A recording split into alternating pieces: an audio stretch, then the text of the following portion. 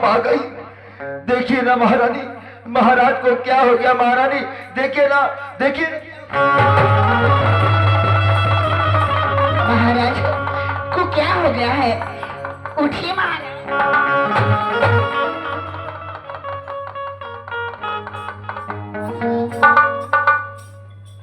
उठिए ना महाराज, महाराज कवरेज एरिया के बाहर बताओ। उठिए महाराज। महाराज नहीं।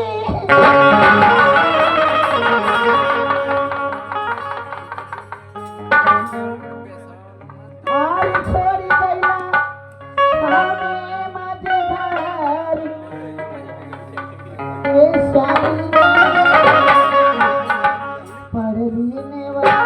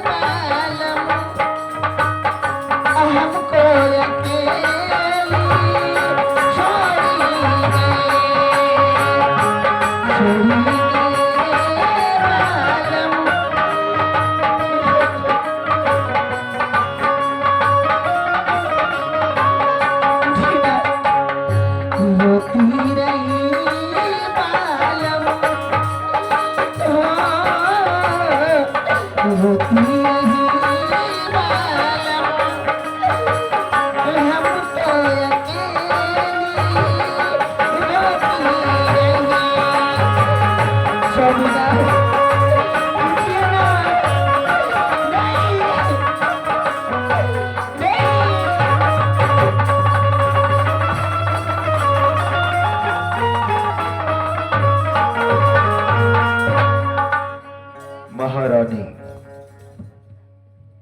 देखिए, लोग कहते हैं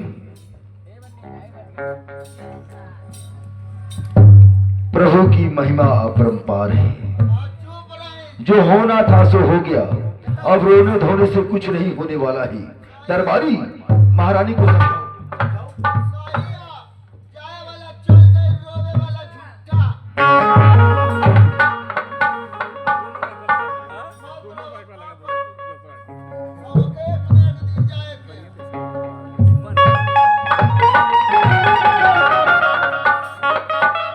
महारानी ये सत्य है, जो भी धरती पर आया है उसे एक दिन जाना है।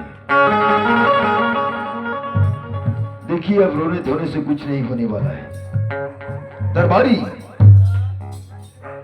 महाराज के अंतिम संस्कार का व्यवस्था करो और महारानी को राजमहल में भेजो।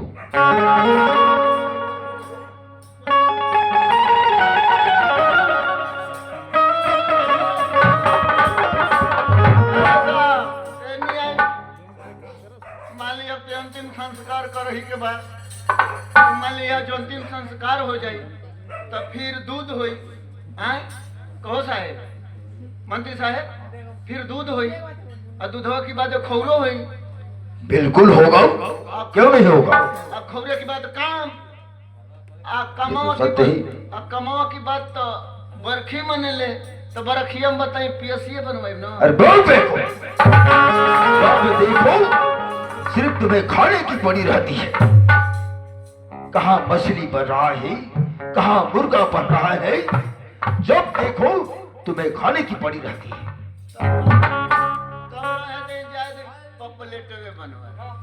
बेवकूफ, सुनो सारा व्यवस्था कर दिए हो ना, चलो।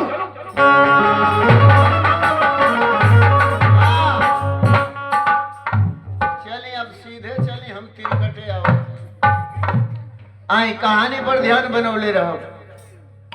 एक परिवार का कहानी है। महारानी गर्भ अवस्था में है। महाराज के धोखा से के मरले भाई थे आप लोग देखबे कहीं यानी विश्वसनीय जो मंत्री हम जहर पिया दे हम। कहानी पर ध्यान बनौले रहो। आ लेकिन बतिया हुए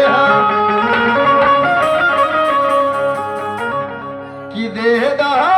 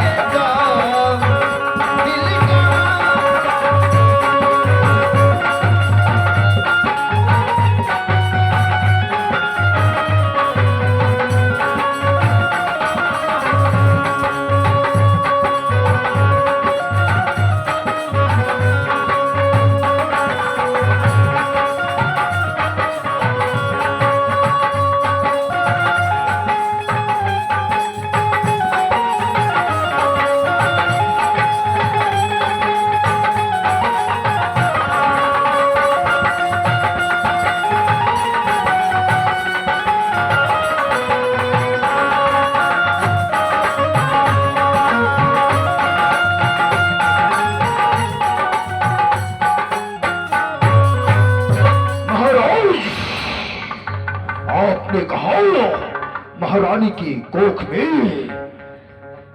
लाल खिल रहे और आपने भी कहा कि अगर लड़की पैदा हो तो अच्छे घराने में आप शादी कर देना और अगर लड़का पैदा हो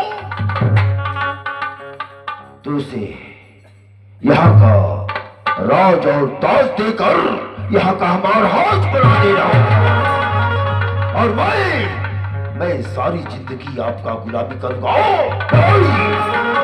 हमने भी ऐसा जाल फैलाया है कि इस राज पर राज करेगा खड़क सिंह।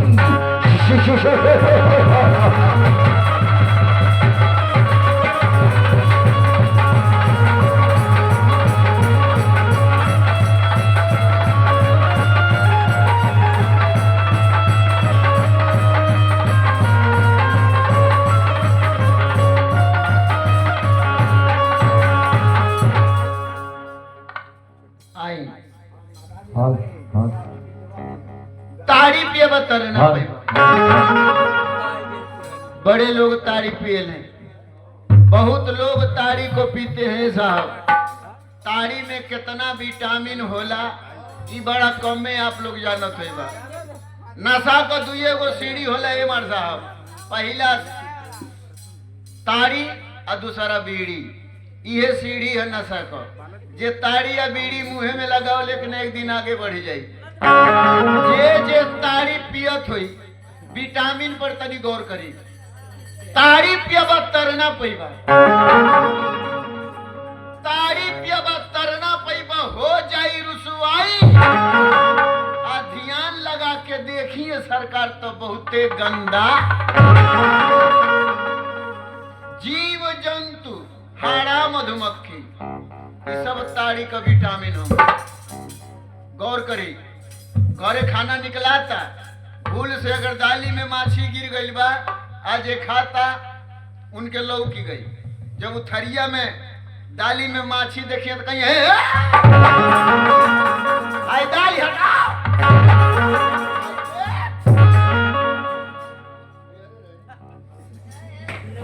तू का गरमा तो रहे मर्द, तू अके ना कहते दलिया में मछिया देखते गरमा चाहिए, कहीं हटाओ फेंक दो ना खाइए। काहे कि वही दलिया में माछी गिरल है।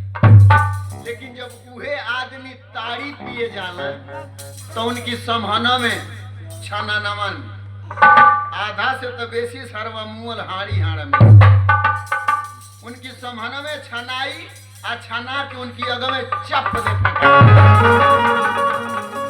करे बाद गिलासिया उठा के कहे न लो कि लाए अब पिया, कितना बेचारे ना पी पाए तो आँखियों आँखियों मुन के पिए न।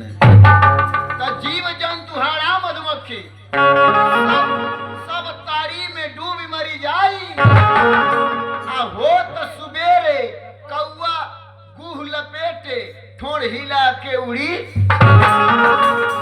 इहो विटामिन वही तड़िए में रहेला।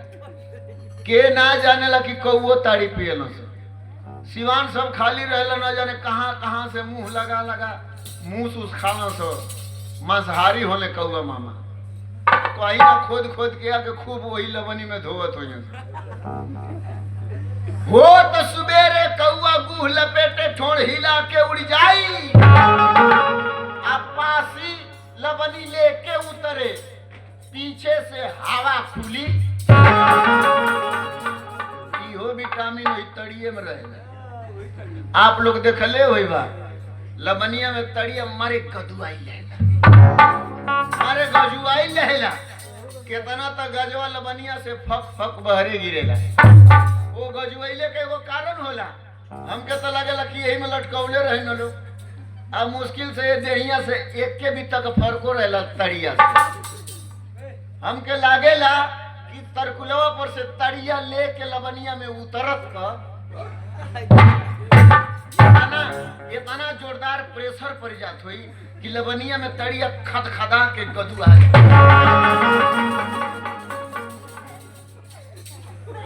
तरामू कहेला ए मारदा ओहू तरह को बात देखे के मिलेला।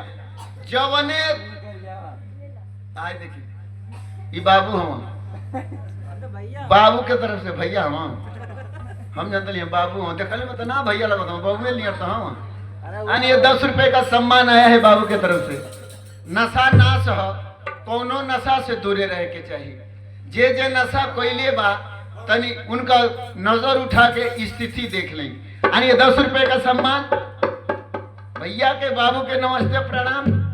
लेकिन देखी जे ताड़ी पिए अगर ताड़ी पिए जाए तो का देखे मार साहब लबनी में ताके जौने लबनी में गाज ना रही, जौने में हाई ना पड़ल रही, वो में गाज रही ना, ओके पियक्कड़ बोले ना लो, ताड़ी का पियक्कड़ कहने लो कि का ई बनावली है, मने बनावली है में गाज नहीं खे। आ जौने में ई पड़ जाला खूब दमसा के आ खूब गजुआ जाला, तो ओके देखे न लो तो कहने लो हाँ ई ओरिजिनल है, ई तरकुले पर से उतरल है।